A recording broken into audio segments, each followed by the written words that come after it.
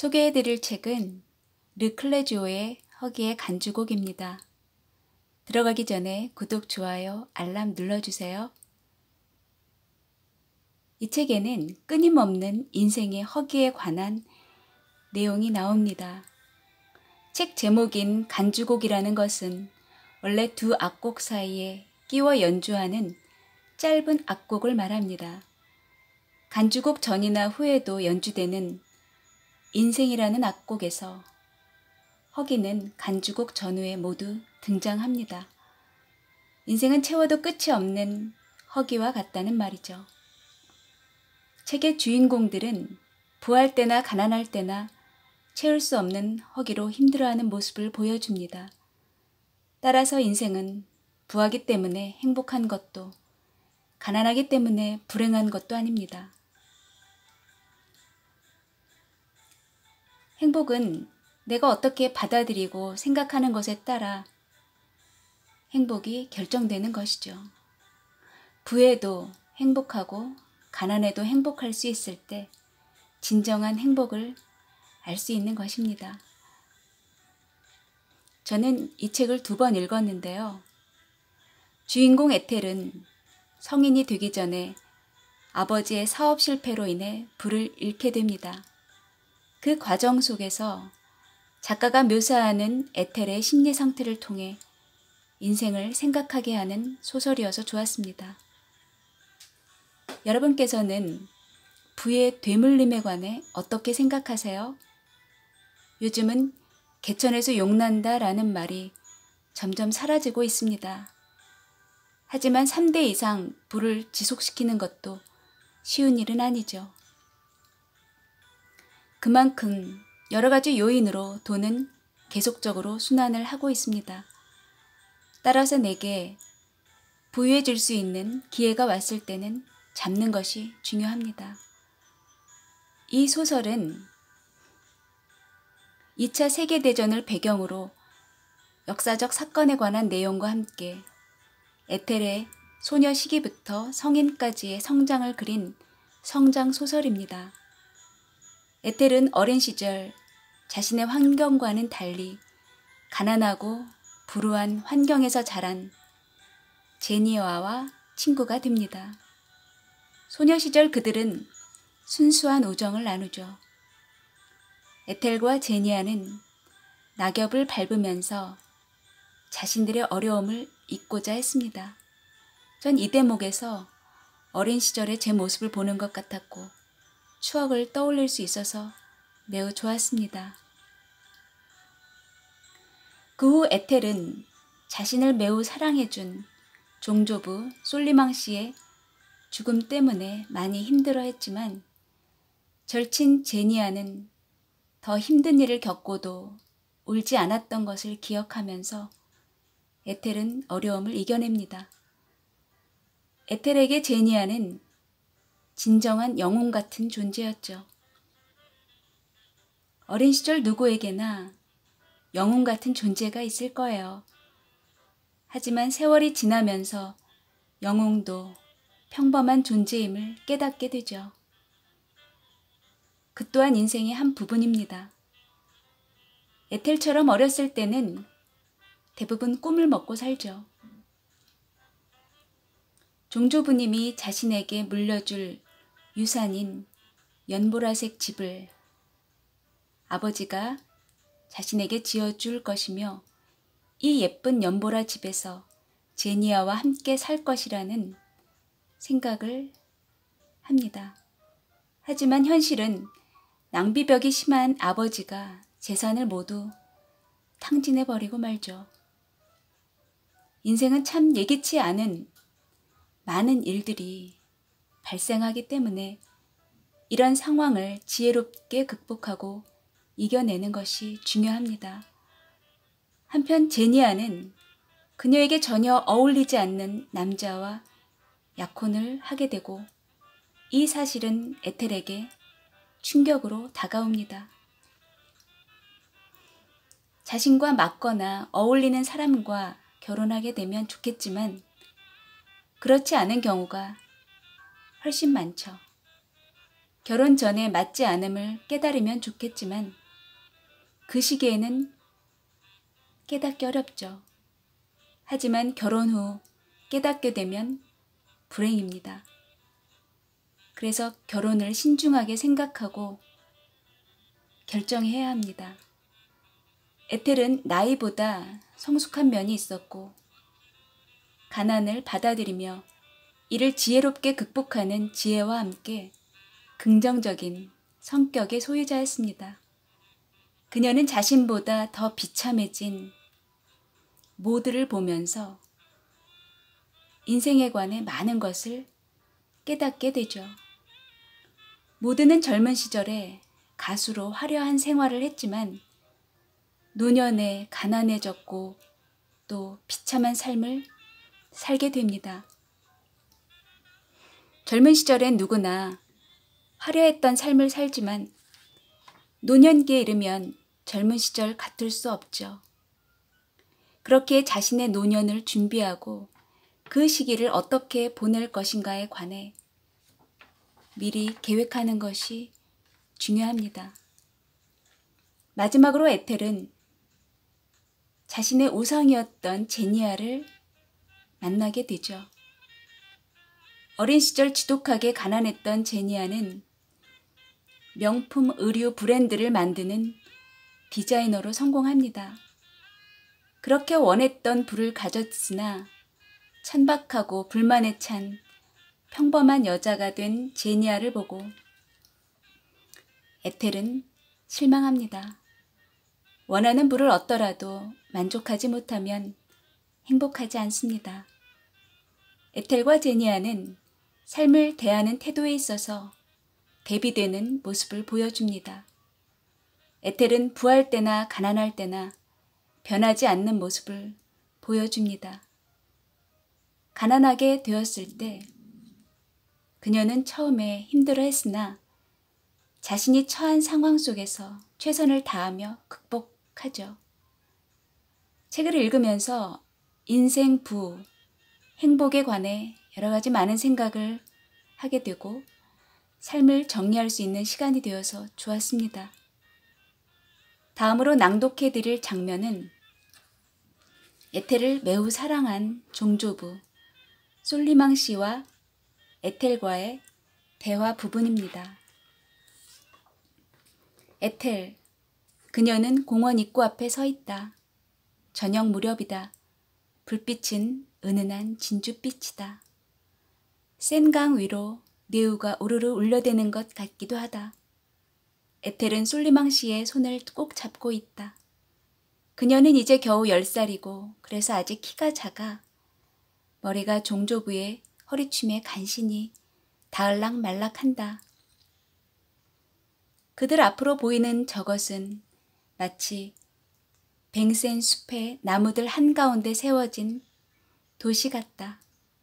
높은 건물과 첨탑, 돔들이 보인다. 주변 대로에서는 사람들이 분주히 발걸음을 옮기고 있다.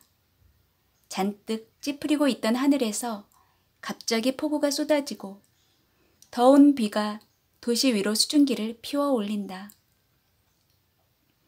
수백 개의 검정 우산들이 순식간에 펼쳐진다.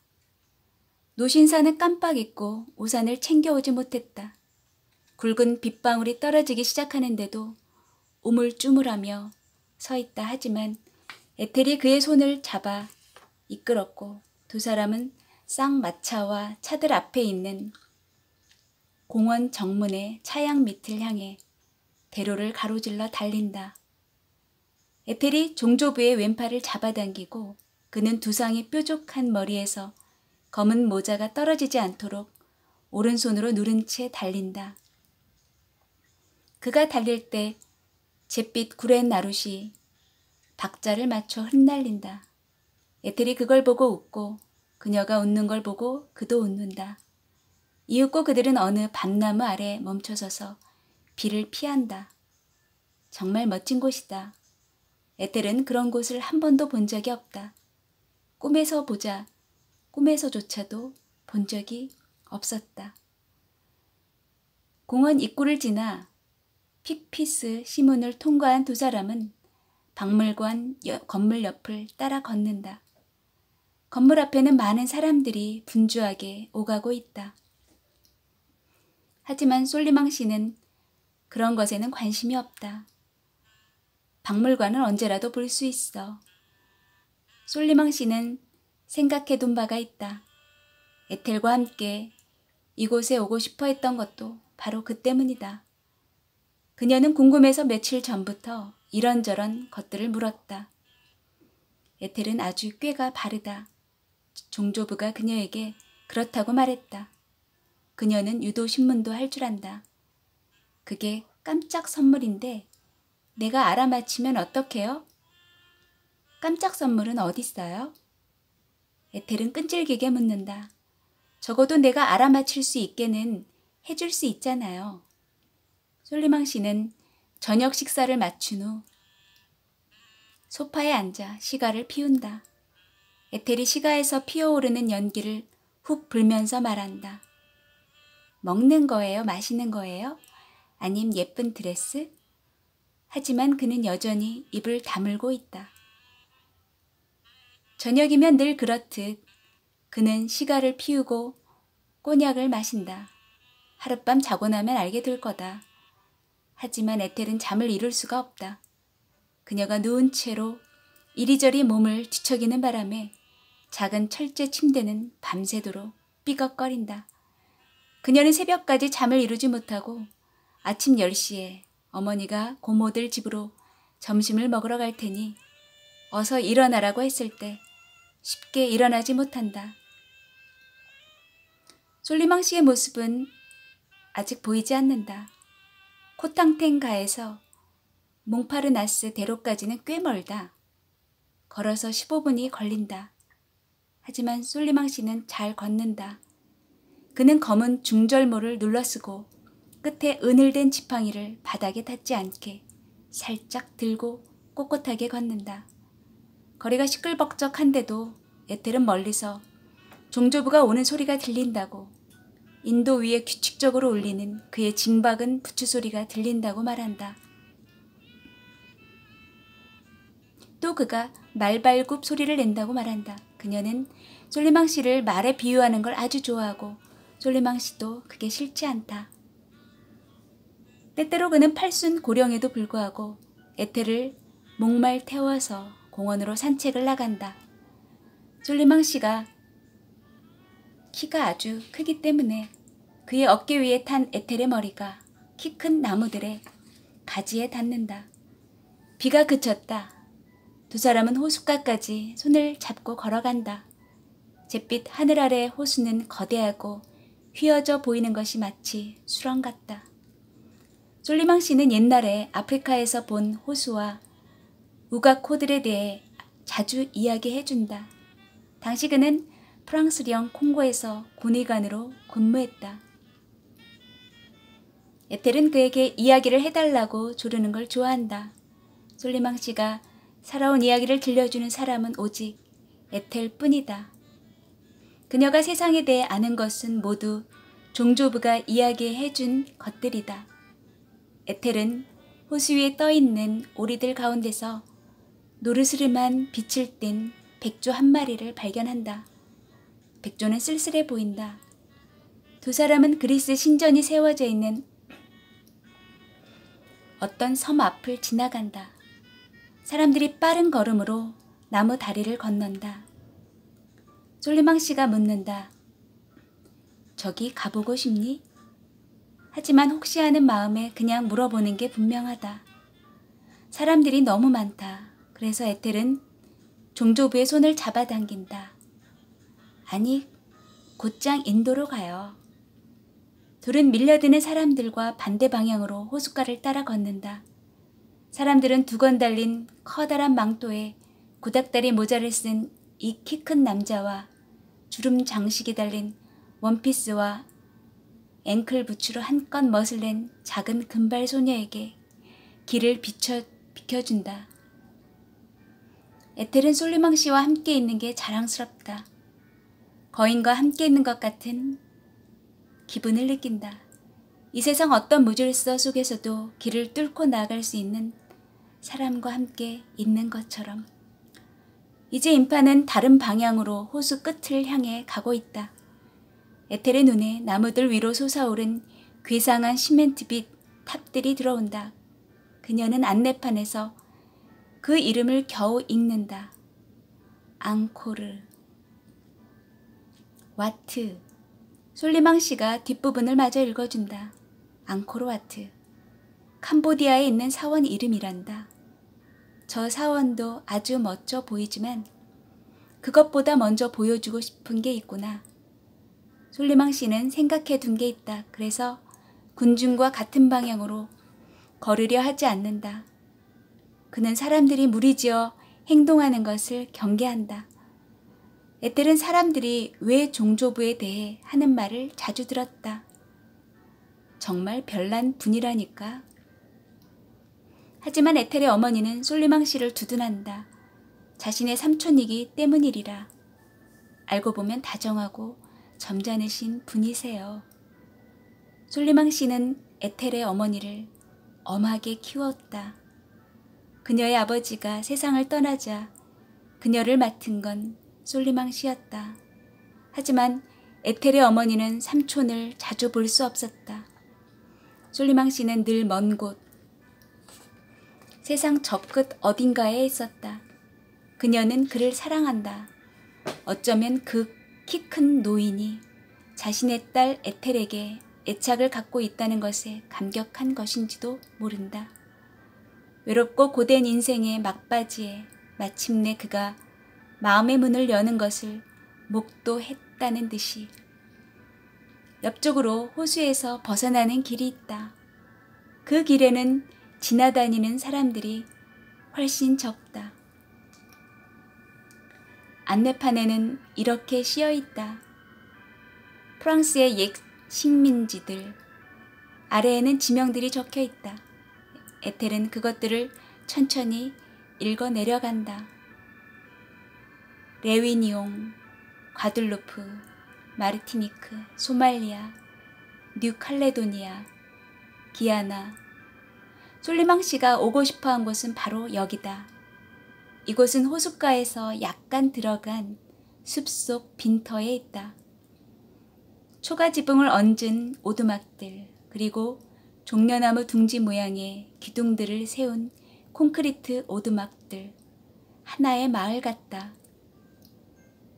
중앙에는 자갈을 깔고 군데군데 의자를 놓은 작은 광장도 있다. 몇몇 관광객이 그곳에 앉아 있는데 긴 원피스를 입은 여자들은 아직도 우산을 쓰고 있다. 하지만 이제는 해가 나기 시작해서 우산은 양산 역할을 하고 있다. 신사들은 빗물에 젖은 의자 위에 손수건을 깔아놓고 그 위에 앉아 있다. 정말 예쁘다. 에텔은 마르티니크 풍으로 지은 별장 앞에서 감탄을 억누르지 못한다. 그 집의 박공에는 파인애플, 파파야, 바나나, 하비스커스, 극락초와 다발 등 온갖 이국적인 꽃과 과일들이 도들새김되어 있다. 그래, 아주 예쁘구나. 들어가서 구경해보고 싶니? 하지만 그렇게 물으면서도 솔리망 씨는 조금 전처럼 주저하는 목소리였고 에텔의 손을 잡은 채 꼼짝도 않고 서 있다. 그녀는 그의 마음을 알아차리고 말한다. 나중에 구경할게요, 할아버지가. 구경하고 싶을 때 할게요. 어쨌든 저 안에는 아무것도 없단다. 에텔은 문 너머 붉은 머리수건을 쓴 서인도제도 여자를 발견한다. 여자는 미소도 짓지 않고 밖을 바라보고 있다. 에텔 생각에는 자기를 만나서 옷을 만져보기도 하고 말도 걸어보고 싶어 할 것 같다. 여자의 얼굴은 아주 슬퍼 보인다. 하지만 에텔은 종조부에게 그런 얘기는 하지 않는다. 솔리망 씨는 에텔을 광장의 또 다른 끝, 프랑스령 인도의 별장이 있는 곳으로 데려간다. 그 집은 그다지 크지 않고 사람들의 눈을 사로잡지도 못한다. 사람들은 멈춰 서지 않고 변함없는 걸음걸이로 스쳐 지나간다.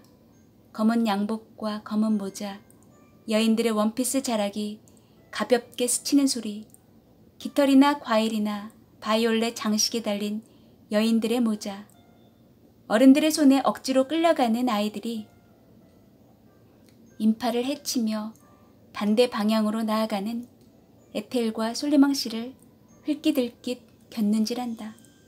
에텔과 솔리망 씨는 기념비와 암석, 신전, 아티초크처럼 생긴 나무들 위로 두둥실 떠있는 거대한 탑들을 향해 간다. 에텔은 저게 뭐냐고 묻지도 않았다. 솔리망 씨는 입속으로 웅얼거리듯 설명할 수밖에 없었다. 앙코르와트 사원과 똑같이 만들어 놓은 복제품이란다. 원한다면 언젠가 그곳으로 데려가 진짜를 보여주마. 솔리망 씨는 복제품을 좋아하지 않는다. 진품에만 관심이 있다. 솔리망 씨는 그 집 앞에 멈춰 섰다. 상기된 그의 얼굴에 더할 나위 없이 만족스러운 표정이 떠오른다. 그는 한마디 말도 없이 에텔의 손을 잡고 목조 계단을 올라가 현관 앞 낮은 계단에 이른다. 그 집은 아주 단순한 구조의 밝은색 목조 건물로 둥근 기둥들이 떠받치는 베란다에 둘러싸여 있다. 높이 낸 창문들은 어두운색 나무로 만든 모사랍의 양식 격자 창이다. 유약 바른 기와를 얹은 거의 평평한 지붕 위에는 방어용 총알이 뚫린 망루가 서 있다. 그들이 들어갔을 때 안에는 아무도 없었다.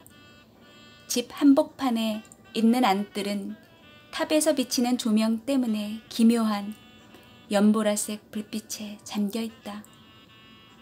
뜰 옆 동그란 연못에는 하늘이 비친다. 물이 너무도 잔잔해서 한순간 에텔은 거울이라고 믿었다. 그녀는 둥근거리는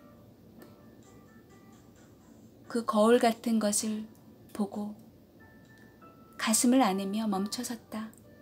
솔리망 씨 역시 안뜰 위 둥근 지붕을 쳐다보기 위해 고개를 약간 젖힌 채 꼼짝하지 않는다. 정팔각형으로 배치된 나무 벽감들 안에는 막대기처럼 생긴 조명 등들이 연기처럼 비현실적이고 은은한 빛으로, 수국빛으로, 바다 위로 번지는 황혼 빛으로 빛나고 있다. 무언가 떨고 있다. 불완전한 약간은 마법 같은 무언가이다. 분명히 아무도 없다. 이 집은 마치 정글 한가운데 버려진 진짜 사원인 것 같다.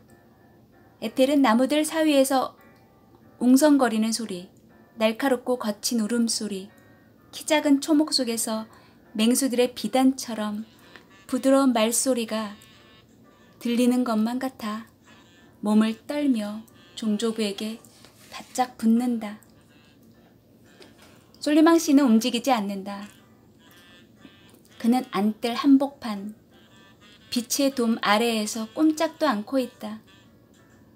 희미한 전깃불이 그의 얼굴을 연보라색으로 물들여 고래 나르릇은 두 개의 푸른 불꽃처럼 보인다. 방금 에텔은 깨달았다. 그처럼 떨리는 이유가 바로 종조부의 벅찬 감동 때문이라는 것을. 그렇게 크고 강인한 남자가 꼼짝도 하지 않는 건 이 집안의 어떤 비밀, 아주 놀랍고 위험하고 깨지기 쉬운 비밀이 숨겨져 있어 아주 사소한 움직임에도 모든 것이 멈춰버릴지도 모르기 때문이다. 이제 솔리망 씨는 이곳이 자기 집인 것처럼 말한다. 저기다 책상을 놓을 거다. 여기다가는 책장을 2개 놓을 거고 저기다가는 스피넷을, 그리고 저 안쪽에는 흑단으로 만든 아프리카 조각상들을 놓아야지. 그러면 조각상들이 조명을 받아 아주 자연스러워 보일 거야. 마치 아프리카에 있는 것처럼 말이다. 그 다음에 여기에 커다란 베르베르 양탄자를 깔면 되겠지. 에텔은 뭐가 뭔지 이해할 수가 없다. 그녀는 키 큰 남자가 왠지 초조한 듯 이 방 저 방을 돌아다니는 동안 그 뒤를 말없이 따라다닌다. 그가 그렇게 초조해하는 모습은 한 번도 본 적이 없다. 마침내 그는 안뜰로 돌아오더니 집 앞 계단에 앉아 하늘이 비치는 거울 같은 연못을 바라본다. 그들은 마치 저 먼 곳, 이곳이 아닌 다른 어딘가 세상 반대편 끝에서 인도에서 모리셔스 섬에서 그의 유년의 나라에서 석호 위로 지는 태양을 함께 바라보고 있는 것만 같다. 꼭 꿈인 것 같다. 그 순간을 생각할 때면 그녀는 하늘이 비치는 반짝이는 원반 같은 연못과 연보라색에 사로잡힌다. 아주 먼, 아주 오랜 옛날의 어떤 시절에서 피어오르는 한 가닥 연기. 지금은 모든 것이 사라지고 없다. 남아있는 것은 추억이 아니다. 마치 그때 에텔이 어린아이가 아니었듯이. 식민지 박람회. 그녀는 솔리망 씨와 함께 조약돌 깔린 오솔길을 걷던 그날의 사소한 일들까지 기억 속에 간직했다. 여기다가는 내가 좋아하는 흔들 의자를 갖다 놓을 거다. 그러면 어릴 적 고향 발코니 아래 앉아있는 기분이 들겠지? 그리고 비가 오면 빗방울이 연못의 물을 세차게 때리는 광경을 함께 지켜보자꾸나. 파리에는 비가 많이 오니까. 그리고 두꺼비들도 키워야지. 언제 비가 올지 그 녀석들이 알려줄 거다. 두꺼비는 뭘 먹나요? 작은 벌레들, 나방, 찐득이. 이곳 파리에는 진드기가 많단다. 식물들도 있어야겠네요. 왜 있잖아요. 잎사귀가 널쩍하고 연보라색 꽃이 피는 식물. 그래, 연꽃이지. 그런데 그것보다는 차라리 수련이 나을 것 같구나. 연꽃은 겨울에 죽을 테니까. 하지만 둥근 연못에는 안 돼. 정원 안쪽에 두꺼비들을 위해 연못을 하나 더 만들 생각이다. 저기 저 거울 연못은 하늘이 비치도록 항상 접시처럼 반들거리게 놓아두고 싶구나. 솔리망 씨의 머릿속 생각을 이해할 수 있는 사람은 오직 에텔뿐이었다. 식민지 박람회 도면을 보는 순간 그는 즉시 인도 별장을 사들이기로 마음먹고 조카 사위의 계획을 일소에 붙였다. 그의 다른 땅에 건물을 지어서는 안 될 뿐더러 단 한 구리의 나무라도 건드리는 것조차 생각할 수 없는 일이었다. 솔리망 씨는 그곳에 오동나무, 댕댕이 덩굴나무, 인도 월계나무 등을 심어 놓았다. 그의 열정을 맞아들일 모든 준비는 완료되어 있었다. 농장주 같은 건 내 적성이 아니다. 솔리망 씨는 조카 사위 알렉산드르의 터무니없는 계획을 막기 위해 에텔을 유일한 상속자로 지목했다. 하지만 에텔은 아무것도 몰랐을 것이다. 아니면 어느 날 그가 지나가는 말로 그녀에게 이야기했는지도 모른다. 박람회를 구경하고 나서 얼마 지나지 않았을 때였다. 프랑스령 인도 별장을 해체하고 남은 자재들이 아르모리크가의 정원에 차곡차곡 쌓이기 시작했다. 솔리망 씨는 그것들이 비에 젖지 않도록 시커멓고 커다란 방수포로 덮어놓았다.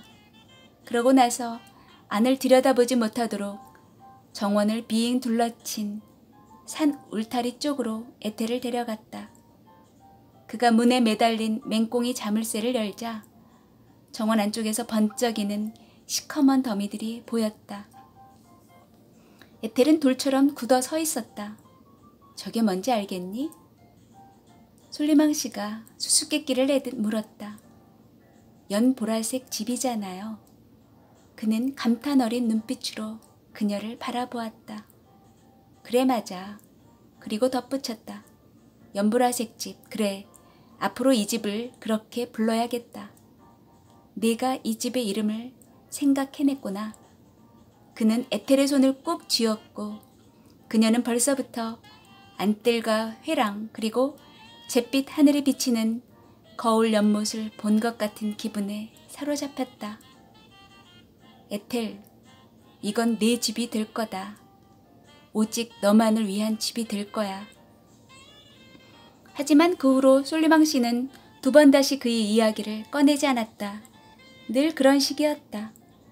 그는 한 번 한 말은 절대로 되풀이하지 않았다. 지금까지 르 클레지오의 허기의 간주곡이었습니다. 청취해 주셔서 감사드립니다. 안녕히 계세요.